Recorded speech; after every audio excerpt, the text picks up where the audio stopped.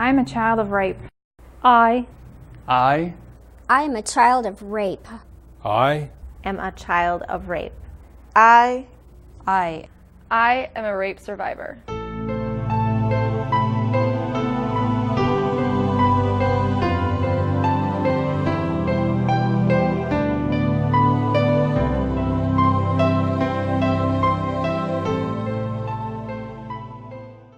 In the next few minutes, you will hear the testimonies of individuals who have suffered the consequences of rape and the culture of abortion.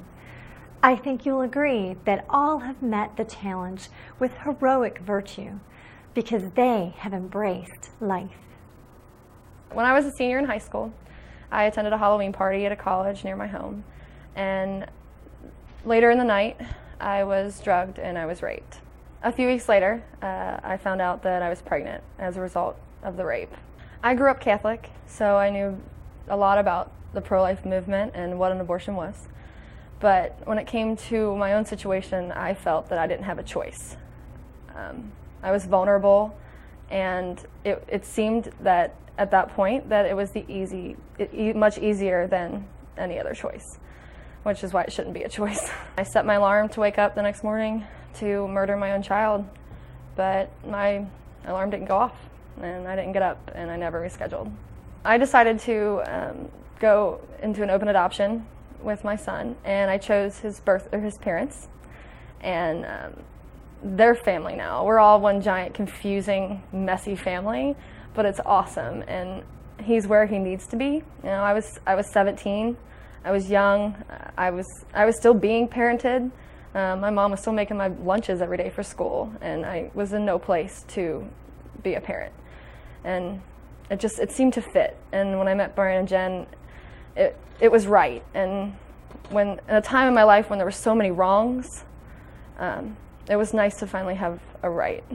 When people find out that I'm a birth mom from rape, I usually get one of two things. The first one is, well, when you look at your son, don't you see the rapist?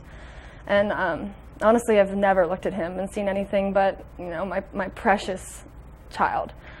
And the second thing that I get a lot is, well, you just had it better, you're stronger than others, or along those lines. And personally, I find it very degrading to me as a woman that people make excuses for women's strength. I know a lot of women in my life, and every single one of them is strong. Every woman is strong enough to love their child enough not to kill him. And I know that's harsh, but it's the truth. And if I'm strong enough, then anyone else can be too.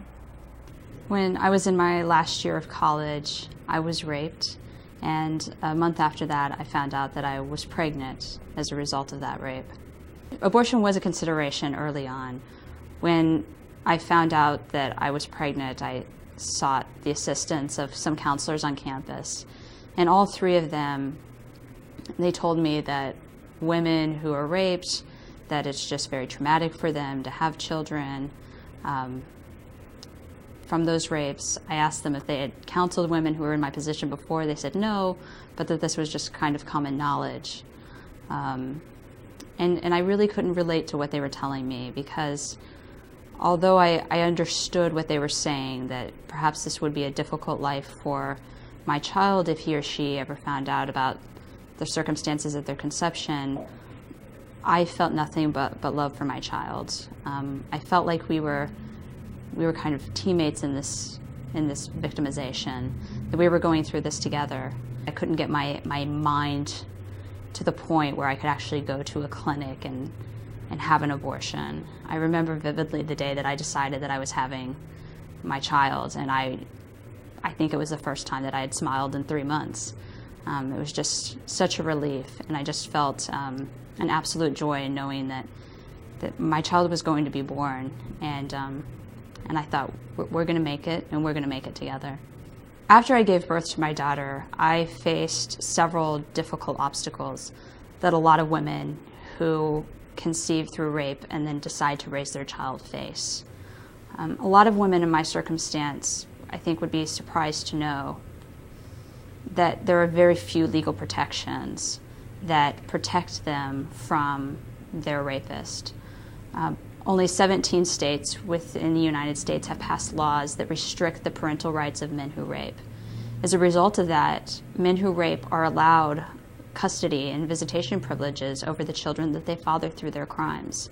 I think that the problem stems from the way that we as a society, and that's in popular culture, that's our politicians, talk about the pregnant, raped woman. We talk about this woman and we assume that she is a victim of her pregnancy, not just a victim of her rape. And we assume that she would view this child as being that animal's child or that rapist's child, that she has no connection to this child, that this rape just further exasperates her experience and her trauma. But interesting enough, there have been only 2 studies in the United States ever looking at the feelings that women who are pregnant through rape have towards their child. And both studies dismiss the idea that the vast majority of women have negative thoughts. Instead, women often have differing thoughts. While maybe initially they are traumatized and unhappy about their pregnancy, over time, and by time I mean just a matter of days or even weeks, they come to love this child. They come to see value in their children. And so many women choose to give birth to their children. Some choose adoption because perhaps they're just not ready to raise a child because this is an unintended, not an unwanted pregnancy. Or they will choose to raise the children themselves, like I did, and are very happy with that decision. So I think lawmakers just assume too much, and they assume without having any hard facts or statistics to back them up. My daughter is just the absolute greatest gift for me. I think that the biggest problem I've had in recovering from my rape is that for so long I wanted to go back and be the person that I was before the rape. And what my daughter taught me is that there is value to who I have become after my rapes. And the value is in being a mother to her, in learning to love in an absolute unconditional way, to start seeing the innocence and the beauty in life again. She's taught me all of that. I have absolutely no doubt that my daughter was a gift from God to help me to overcome and survive this experience. And she will forever know that she changed her mother's life for the better. I was raped by someone that I knew for a very short time. He misled me into thinking he wanted a relationship, and in getting to know him, I didn't fully agree with things that were going on, and I wanted to leave, and therefore he said that, well, I'm going to take what belongs to me, and proceeded to take advantage of me. Immediately after finding out that I was pregnant, and I found out in the hospital, abortion was a thought. It went through my head, oh, there's no way, and no, I can't do this. Now with this person, why is this happening to me? But it only took me about an hour to realize that I was pregnant for a reason, and this child was meant to be mine. And after that, abortion was no longer a thought or an option. One of the 10 Commandments says, thou shalt not murder. And even though it's not out in this world, it's still murder. And that child was created for a reason. He was meant to be here. It may not be in your time and when you wanted it, but it was on God's time, and he gave it to you to either better your situation or help you in your struggle. I, in my opinion, think that I wouldn't be here today if I wouldn't have had my child. I was down a very rough road in life and was messing up, and since I've had my child, I've bettered myself.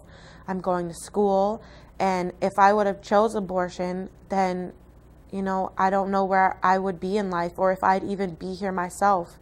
And I just, in my opinion, I think that it's wrong. And it's just a child. He didn't ask to be created, so you should give him a chance. Well, my son he's everything to me. I mean, like most other survivors that I've met, they say they gave them a reason to continue on in life and live. It's motivated me more than anyone in this world. Like, I've enrolled in college. I've kept a steady household for over a year now. I've kept a car. And he is probably the only person in this world that I've ever loved and felt love back from. And he's just is the most special little person I've ever met. There were times when I would wonder about, where's my father? What happened to him? My mom left me a letter one day that explained it all, pretty much. When she was 24, thereabouts, and she was living on her own at the time, she had been working at a diner in the evenings. There were regular customers, and one guy in particular would come in there, and I don't know how it happened, but somehow he got her into his car, drove to a park, and there he raped her. I couldn't see possibly how something like that would fit into God's plan for my life. I rebelled, frankly. And sometime around the end of that 5 years, I turned back to Christ in Psalm 68:5, where God promises to be a father to the fatherless and the defender of the widow. And I came to own that verse to a degree, as though God was talking to me through that verse. And as I look back on my life from this vantage point, I see how God actually fulfilled that promise to me. While I can't understand, literally, why God may have done exactly what he did in my case, I think that over time I have really come around to seeing the truth of what Paul was talking about when he wrote to the Romans, that all things come together for those who love the Lord and are called according to his purpose. Almost as soon as I get out the fact that I was conceived in rape, they say, "I'm sorry to hear that." And I realize that I got to say, don't be, because this is exactly how God chose to reveal his grace to me. And if it hadn't happened that way, I don't know where I'd be.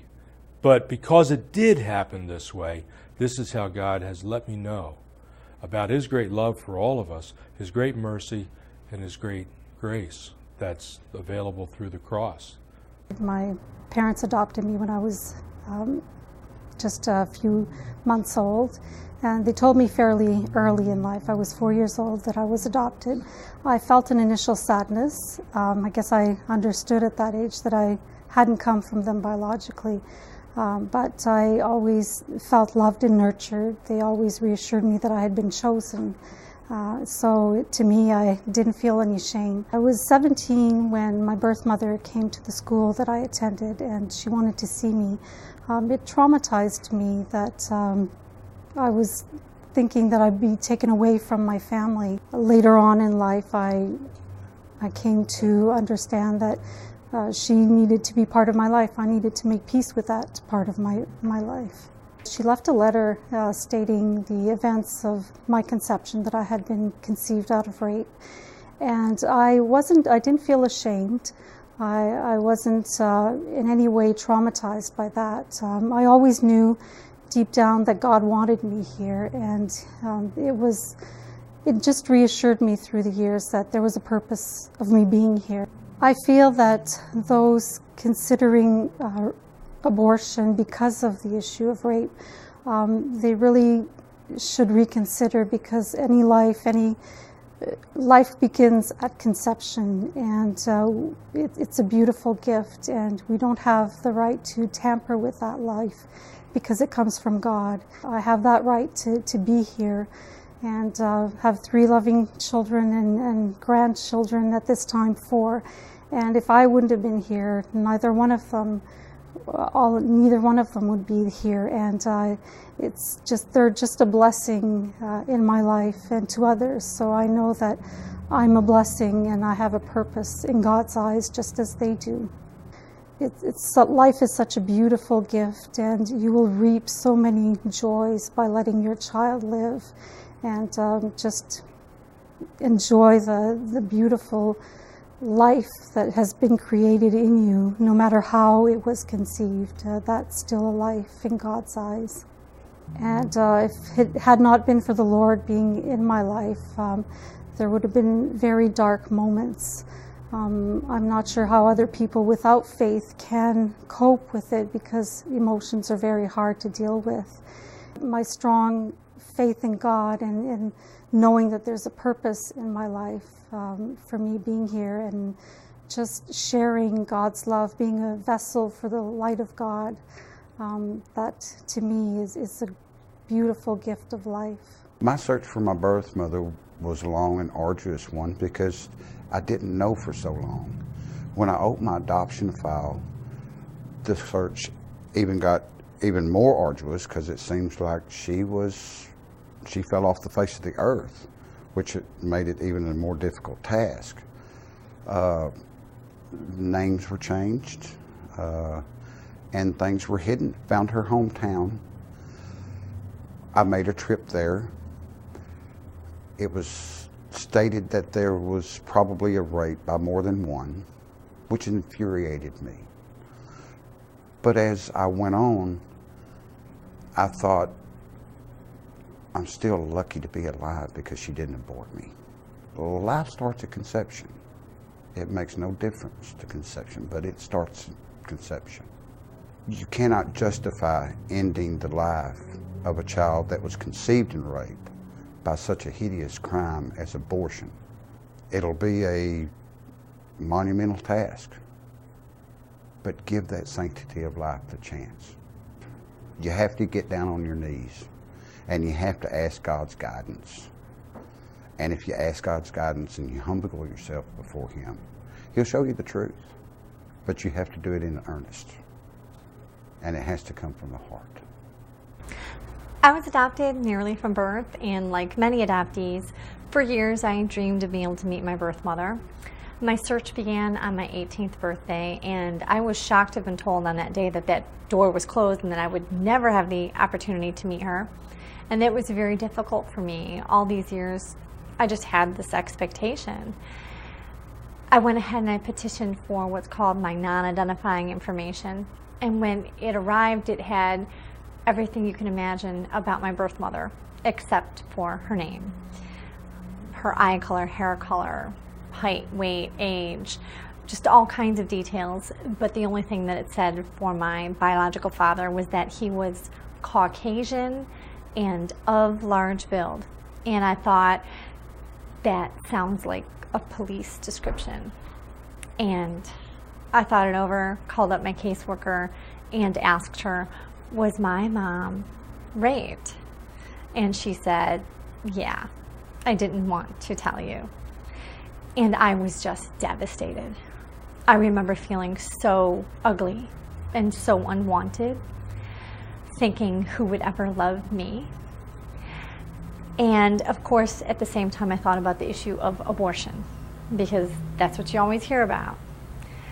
I determined that I wanted to meet her because I really wanted to hear that maybe there was some mistake, that this was not how I was conceived.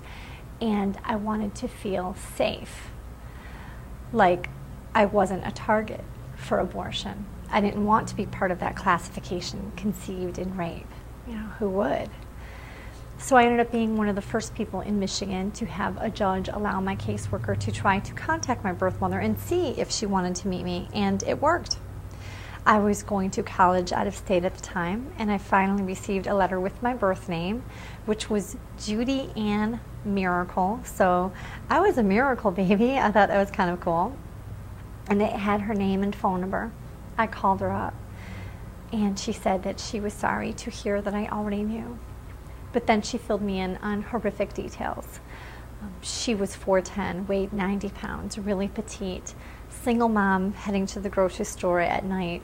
The guy jumped out of the bushes with a knife, abducted her, and she pretty much described for me in graphic detail how he brutally raped her. And that's how I was conceived. And that was so hard to hear for several reasons. To think that my biological father was a serial rapist, I just felt totally worthless, like garbage, because of people who would say that my life was like garbage, that I was disposable. And I had to realize that my biological father was a really bad man. They knew that this was a serial rapist. And I also had dreamed so much of meeting her, and so it really pained me to hear that she had been violated like this. We arranged for me to fly home and meet her on her 51st birth date, and she sent me photos and a letter. And she wrote things like, hoping by now that the shock of finding out all the details of your birth are forgotten. for that was not reason enough of having to give up something as beautiful as you were. And in closing, she wrote, a love that ate at me for 19 years, my daughter at last. And I felt so affirmed, like I was wanted. But I flew home, had a wonderful reunion weekend with her, and then flew back to college and got up the courage to ask her about abortion because I still needed to know. And she told me that she had actually gone to 2 back alley abortionists and that she would have aborted me if it had been legal. She did not choose life for me. She chose abortion. But pro-life advocates in Michigan chose life for me, and they made sure abortion was illegal even in cases of rape. They're my heroes, and I owe my life to them. And so that's why I in turn do the same for others. The back alley conditions and the fact that it was illegal caused her to back out, as it did with most women. And you know, for some people, their near-death experience is waking up out of a coma to find out that they were almost killed in an automobile accident. For me, this is my near-death experience. And the fact that I was younger doesn't make it any less real or any less significant. I wasn't lucky. I was protected. Legality matters. Today, my birth mother and I have a beautiful relationship. She's so thankful that she could not legally abort me. Out of her 3 children, I'm the one who honors her. I've had some difficulties in my adoptive family. I don't have sort of a fairy tale adoption story like many others have. You know, every family, there's good and bad. There's things they did right and there's things that they did wrong. And things are not a good situation with them today, but I have a very close relationship with my birth mother, and she and her husband are adopting me, which is my happy ending. That's my fairy tale ending. And I understand that a lot of adoptees don't have that, and they've been utterly forsaken by their birth mothers. And I've just always rested on the scripture from Psalms that says, though my mother and father forsake me, the Lord will receive me. And, you know, I think about who else is going to say that. You know, society will receive us. Ultimately, I know that my value and identity and purpose are not established as being a product of rape, but a child of God. And that it's in the spirit of adoption that we're called to be God's children through Christ. It's not second best, last resort, only for the infertile, but God's first choice and meant for the body of Christ. And ultimately, if you want to know what your value is, you don't have to prove your worth to anyone, but you just look to the cross, because that is the infinite price that He paid for your lives. He thought I was pretty valuable. And I speak to young people and I tell them, I hope you know your own worth. I've been asked, do you wish that you had never been told that you were conceived in rape? And my response is no, because it's my story and it's powerful and it's life-changing. It's made a difference in my life. I value life, and for me, it forced me to look at sort of big picture issues. Why am I here? Who am I? What is my purpose? And it's ultimately brought meaning to all areas of my life, so that I look at every relationship as being a gift, and that no one is disposable. It made me become more strategic even during my courtship. And my husband is someone who honored me during our courtship, despite, frankly, horrible mistakes from the past. And my husband and I talked about adopting before we got engaged, that this was something we felt called to, not second best, last resort. And we knew that we would adopt when we were married only a year. We began to prepare to adopt. And I was amazed at how many people would say to me, why? You know, you've only been married a year, you know, give it some time. Like, again, I realize there's just so much prejudice against adoption. Like, why would you want to adopt if you don't have to? And we have 2 adopted children. They're our 2 oldest, and they have the same birth mother. We have a wonderful open adoption, beautiful relationship with their birth mother. And then we went on to have 3 biological children. And we just have the most awesome family. I was a pro-life activist as an attorney, but I closed my law practice to homeschool my children and to do pro-life speaking. And it has been an honor to take care of them. We also had a baby with special needs who we were adopting, our second child, Cassie. And to everyone's surprise, she was born with a very serious genetic disorder and ultimately died in our arms at 33 days old. One of the most difficult things that I'd ever been through in my life, but we all agreed that we would do it all over again because her life had value. In Isaiah, it says, does the clay say to the potter, what have you made? And does a child to say to his mother, what have you brought to birth? It says, do you question me about the work of my hands? It is I who have created the earth and all mankind upon it. Could he have made himself any clearer? And I just know that every life has value.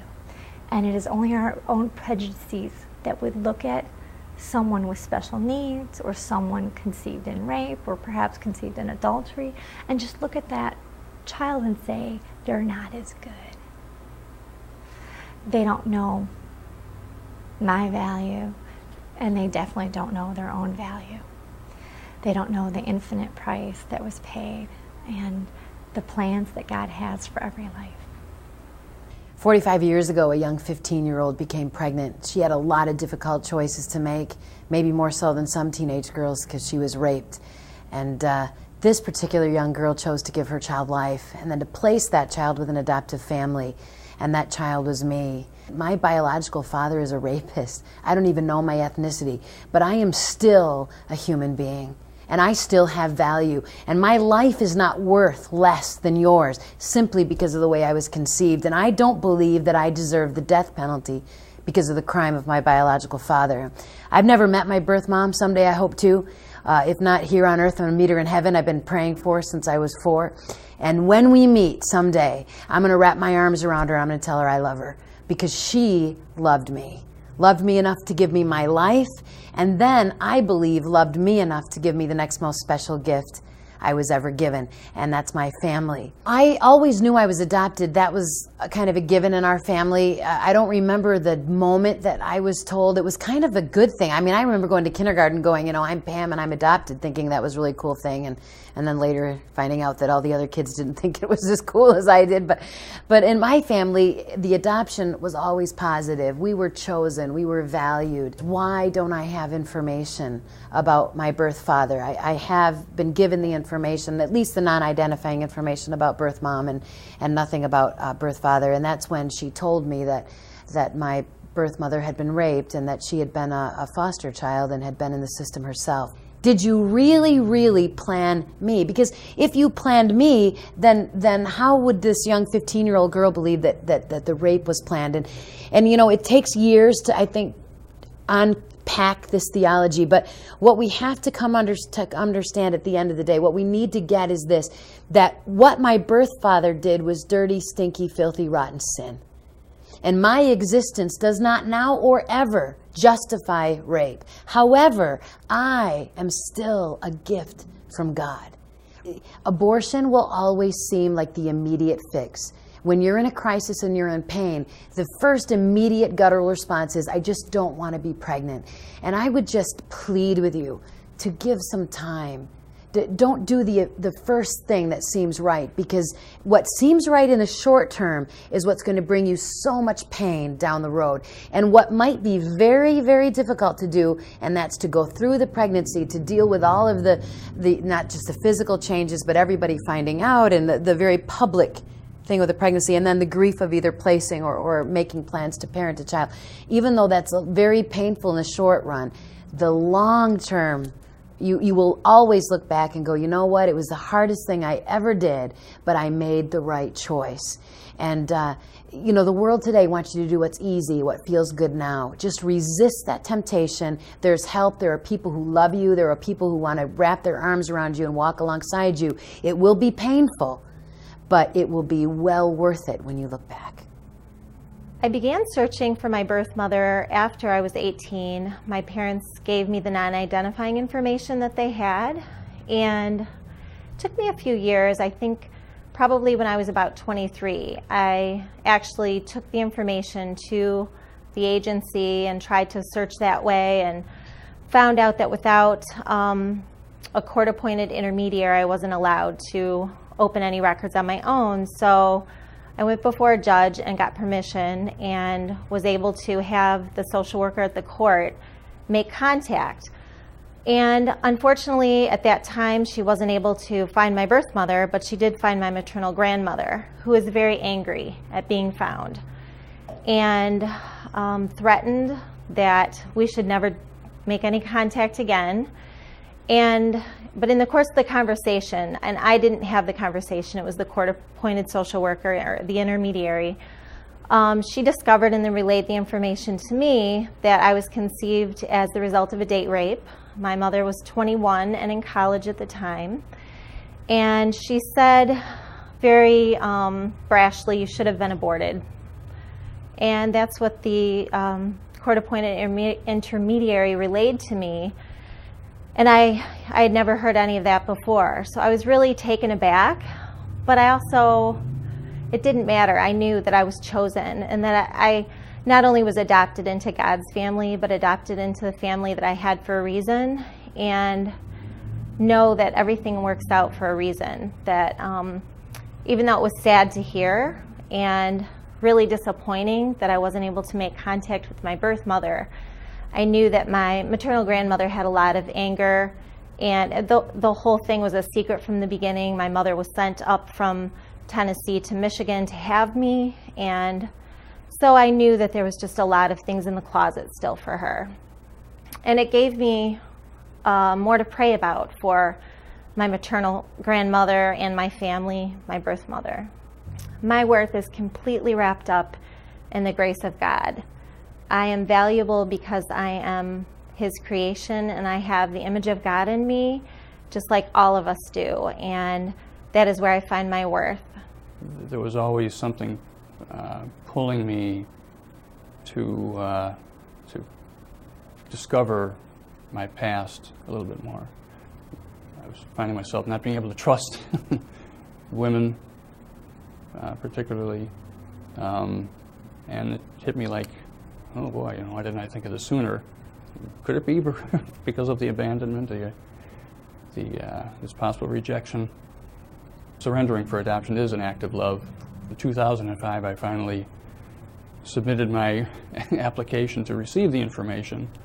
It was non-identifying background information. Turned the letter to the next page, and the words, she said she was sexually assaulted, just jumped right off the page, and it hit me pretty hard.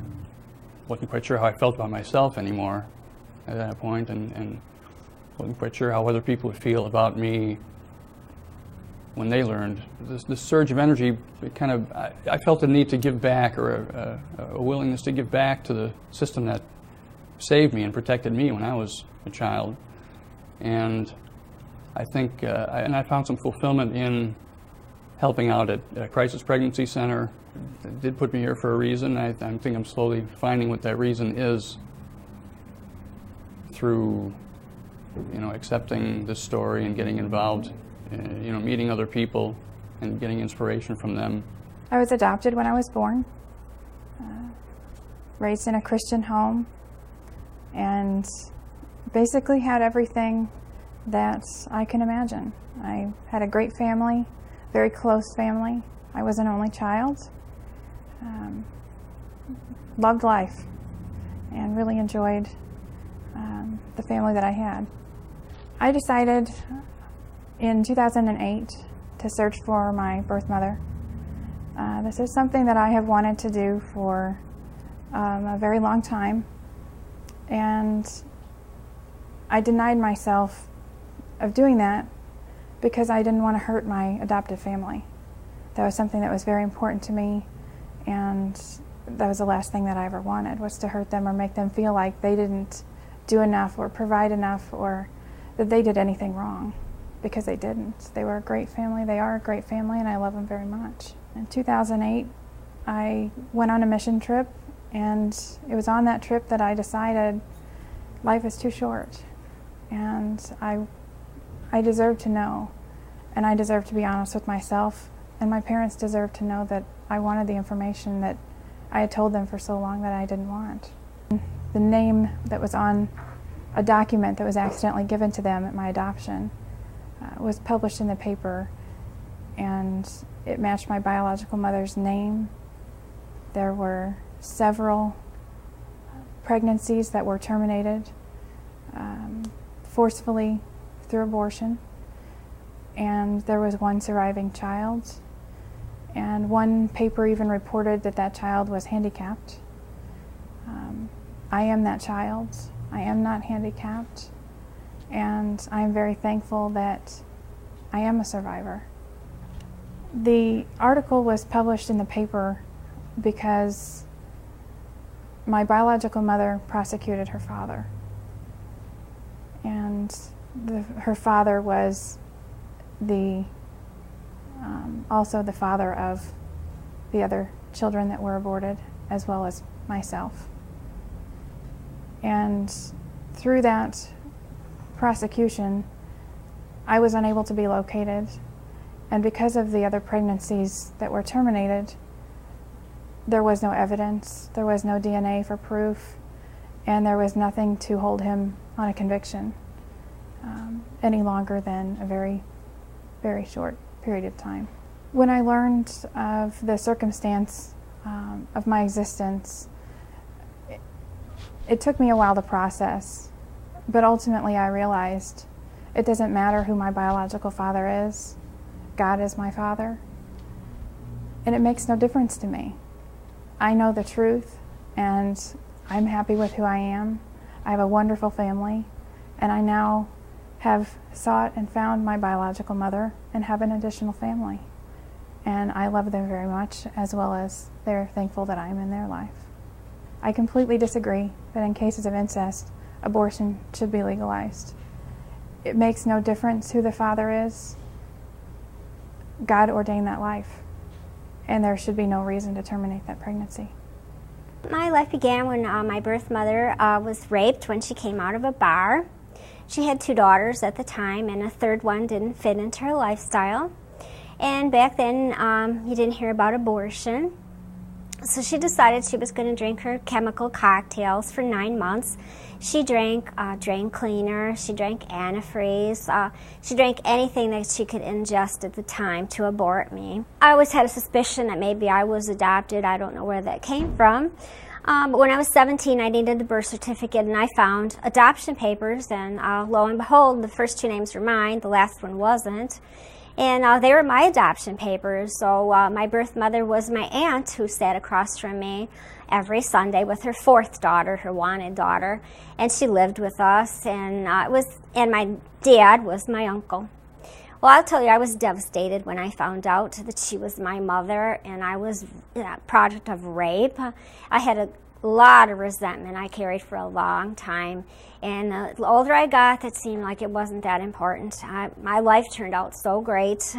My adopted parents took me and did everything they could for me, their adopted daughter. I was in church, and the priest was saying, you'll never get to heaven unless you make some closures if you have any resentment. So I thought on it, and I thought, well, maybe I should do that. So I put some feelers out, and I got her number, and she knew I was going to call.